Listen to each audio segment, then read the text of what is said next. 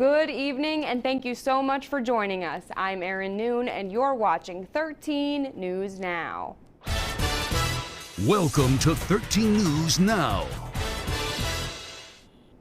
We're going to break down the day's headlines from our tri-state region, but first we're going to check in with our chief meteorologist, Spencer Atkins, who is in our weather lab. Spencer, good evening. Yeah, hi, Erin. Hey, we've already had a couple of strong storms, and we have more rain in store. Let me jump right to the Viper real-time radar, and we have southern Gallia County and portions of Mason County here. Not a lot of lightning, but a big downpour. We had a nasty group of cells that came from, let's say, around Cross Lanes, went up to Sissonville, and continued on up. That's the stuff that you see in Calhoun County. I'll be up here in the corner now as we talk a little bit about this. There are the storms again.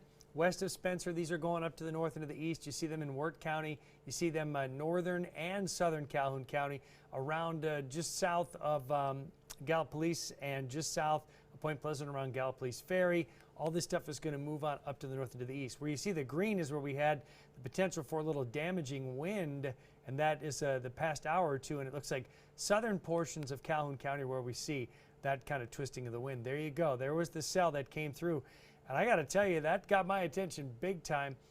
Did not get a warning, but could easily have done a little bit of some wind damage. Now, that is just some summer thunder activity. Where are we going in the next hour? Here's where we're going in the next hour. We'll see most of those cells, individual cells, press up to the north and to the east. We'll watch out in the Ravenswood area again for some more thunderstorm activity. We'll see another cell in Boone County. But all that big rain that you see over there, Maysville, Moorhead, that is part of the remnants now of our, well, it was a tropical storm, became a hurricane, and now it's just an area of low pressure. So that's the leftover of Laura, and that is now moving across Kentucky. Look at how that's filling in from western Kentucky to Lexington into our neighborhoods. That's a lot of rain that's in store. 82 Charleston, 81 in Huntington, 81 in Gallipolis, 82 in Ripley right now. And we're talking about maybe about another half of an inch to an inch, maybe 2 inches of rain between now and even Monday, because we're going to see another 2 rounds of rain, showers, and storms. This is the wind in miles per hour. And tonight at 10 o'clock, you see the winds are picking up in the eastern side of the mountains in West Virginia. Then watch what happens. Here comes that second swath of wind. This would be the actual remnant of Laura, the low pressure, 20 to 30 mile an hour winds, and then those winds drop off. So let's watch predictor, and it still has a couple of cells here now.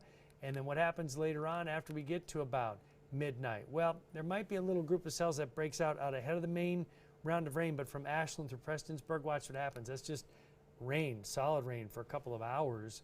And then now we wake up and things are a little quieter. Let's take it out into the afternoon. You look for, again, some scattered storms to break free coming out of the northwest. That's a cold front, and then things will dry out. So this is where we're headed now in terms of this 7-day outlook. Here it comes. There it is. We'll go with 83 for the day Saturday, 80 for Sunday as things finally dry out. So rain tonight, an inch plus, and then maybe again another strong, maybe severe thunderstorm in the afternoon. That's a cold front. That leaves us with 80 Sunday, and then rain comes right back in out of the southwest on Monday. Let me see if I can play a little internet trick here real quick. I'm not sure if I can pull this off. Let me move this over here real quick. I wanted to show you. Yeah, I can show you this. Look at the rainfall as it came in. This looks like a tropical storm, doesn't it? Look at that. That's what we had when the rain came into Ripley earlier, and that was the cell that came up again from Cross Lanes, went up to Sissonville and on up to Ripley. So just wanted to share that little clip of video with you there that, yeah, these are tropical downpours, and they do have some gusts with them. They're not severe, Aaron, but, you know, even below that limit, it can be a nuisance and certainly something that you want to be careful with tonight. Spencer, you certainly have had a busy couple of days. We definitely appreciate you keeping us updated. Thank you. All right, well, the death toll from Hurricane Laura is now up to at least 14. Most of the deaths were caused by trees falling into homes or carbon monoxide poisoning from generators. Hundreds of thousands of people across Louisiana are without power or water, and it could be weeks or longer before service is restored in parts of the Gulf Coast. Now, several local EMS crews are en route to the Gulf Coast to help those impacted by Hurricane Laura. The Kanawha County Emergency Ambulance Authority and Logan County Emergency Ambulance Services Authority were put on standby for assistance earlier this week. They were deployed by FEMA this morning. 14 paramedics and EMTs hit the road in 8 ambulances heading south to help save lives. The men and women are expected to arrive in Gonzales, Louisiana around 2:30 tomorrow morning. Well, West Virginia topped 200 COVID-19 deaths today, with the total death now at 202. In the past 24 hours, 191 new cases have developed, with 12 additional new deaths since Wednesday. Governor Jim Justice began today's COVID-19 press briefing saying it is, quote, not a good day. 4 counties, including Kanawha County, now find themselves in the orange range for the COVID-19 infection rate. The governor also says the state received $168 million in FEMA funding for lost wages. That accounts for $300 of the $400 increase in unemployment benefits. The state will pay the other $100. The West Virginia DHHR reported today what they believe to be the first coronavirus-related death of a Mountain State inmate.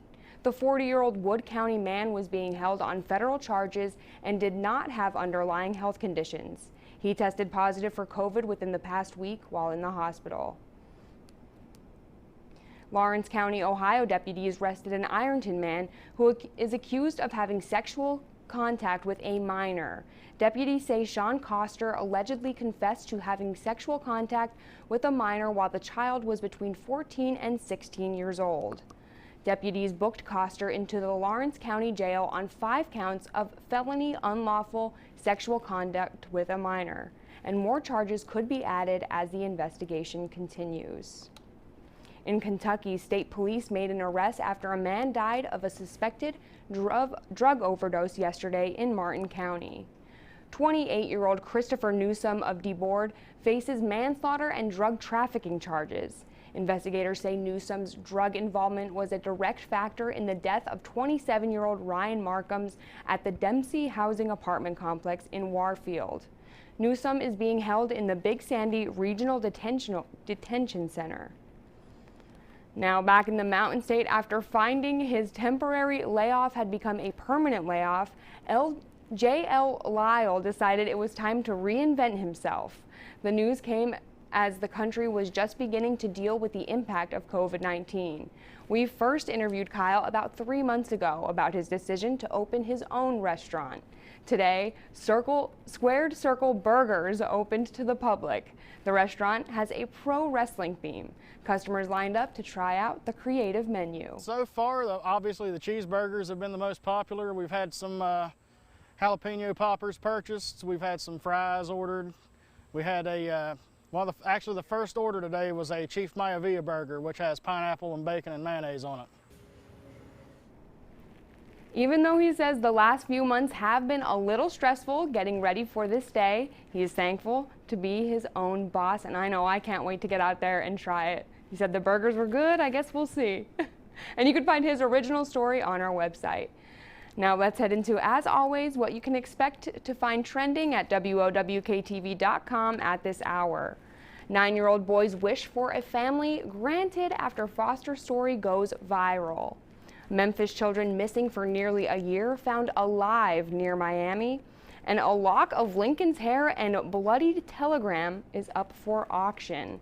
It's going to be interesting to see what that goes up for sale for.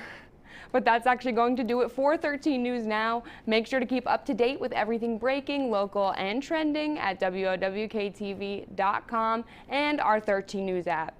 And like I mentioned earlier, tune into 13 News at 11 with Jennifer, Rob, Spencer, and Jake. It says Anna on my screen, but it's actually Jake Siegel tonight. So have a great night. We'll see you here again on Monday. Have a good weekend.